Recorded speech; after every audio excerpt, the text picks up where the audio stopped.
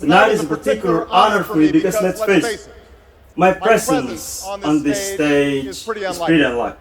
My father was a foreign student, born and raised in a small village in Kenya. He grew up herding goats, went to school in a tin roof shack. His father, my grandfather, was a cook, a domestic servant to the British. But my grandfather had larger dreams for his son. Through hard work and perseverance, my father got a scholarship to study at a magical place, America, that shone as a beacon of freedom and opportunity to so many who had come before. While studying here, my father met my mother. She was born in a town on the other side of the world, in Kansas.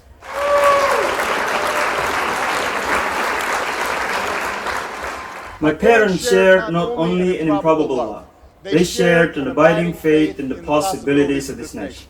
They would give me an African name, Barack, or Blessed, believing that in a tolerant America, your name is no barrier to success.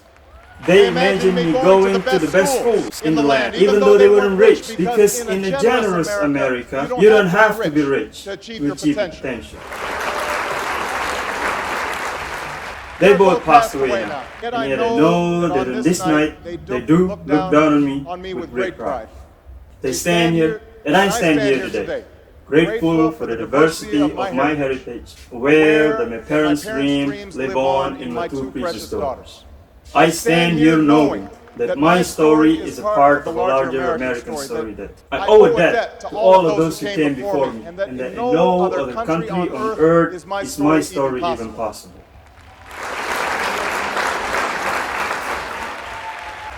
Tonight, we gather to affirm the greatness of our nation.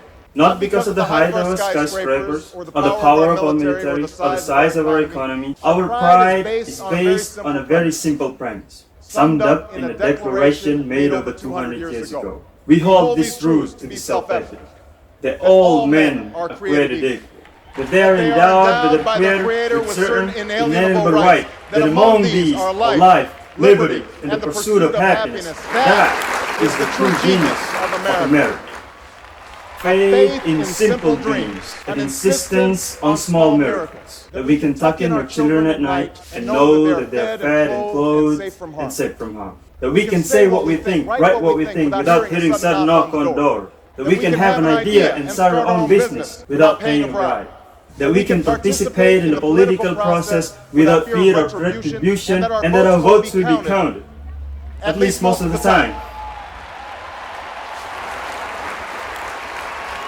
This year, in this election, we are called to reaffirm our values and our commitments, to hold them against hard reality, and see how we're measuring up to the legacy of our forebears and the promise of future generations. And my fellow Americans, Democrats, Republicans, Independents, I say to you tonight, we have more work to do. More work to do for the workers I met in Galesburg, Illinois, who are losing the union jobs at the Maytag plants moving to Mexico, and now having to compete with their own children for jobs that pay $7 an hour. More to do for the father that I met, who was losing his job and choking back the tears, wondering how he would pay $4,500 a month for the drugs his son needs without the health benefits that he counted on. More to do for the young woman in Nancy Lewis and thousands more like her, who has the grades, has the drives, has the will, but doesn't have the money to go to college. Now, don't get me wrong, the people I meet in small towns and big cities and diners and office parks, they don't expect government to solve all their problems. They know they have to work hard to get ahead, and they want to. Go into the color counties around Chicago, and people will tell you they don't want the tax money wasted by a welfare agency or by the Pentagon. Going to any inner city neighborhood, and folks will tell you government alone can't teach their kids to learn. They know that parents have to teach that children can't achieve unless we raise their expectations and turn up the television sets and eradicate the slander that says a black youth with a book is acting white. They know those things. People don't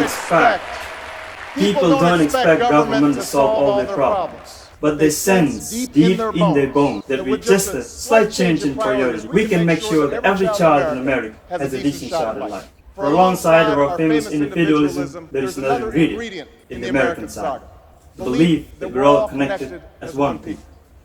If there is a child in the south side of Chicago who can't read, that matters to me even if it's not my child. If there is a senior citizen somewhere who can't pay for the prescription drugs and having to choose between medicine and rent, that makes my life poor even if it's not my grandparent. If there is an Arab American family being rounded up without the benefit of attorney or due process, that brightens my civil living.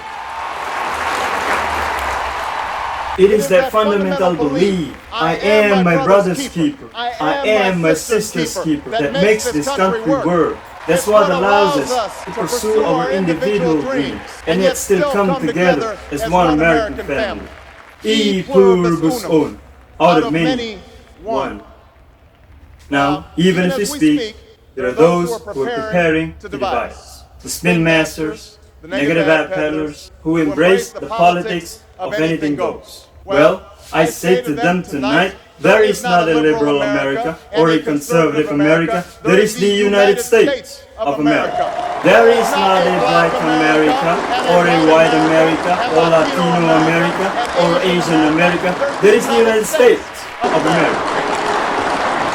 The pundits like to slice and dice our country into red states and blue states. Red states for Republicans, blue states for Democrats. But I've got news for them too. We worship an awesome God in the blue states. And yes, we don't like federal agents poking around the library in red states. We are one people, all of us pledging allegiance to the stars and stripes. All of us defending the United States of America. In the end, that's what this election is about. Do we participate in the politics of cynicism, or do we participate in the politics of hope? It's a hope of slaves sitting around fire singing freedom songs. It's a hope of a young naval lieutenant bravely patrolling the Mekong Delta. It's a hope of a mill worker's son who dares to defy the odds. It's a hope of a skinny kid with a funny name who believes that America has a place for him too. Hope in the face of difficulty. Hope in the face of uncertainty. The audacity of hope. In the end, that's God's greatest gift to us, the bedrock of this nation. The belief in things unseen. The belief that there are better days ahead. I believe that we can provide our middle class relief and provide working families with the road to opportunities. I believe that we can provide jobs for the jobless, homes for the homeless, and reclaim young people across the cities in America from violence and despair. I believe that we have the righteous winds in our backs, and as we stand on the crossroads of history, we can make the right choices and meet the challenges that face us. And out of this long political darkness, a brighter day will come. Thank you very much, everybody. God bless you. Thank you.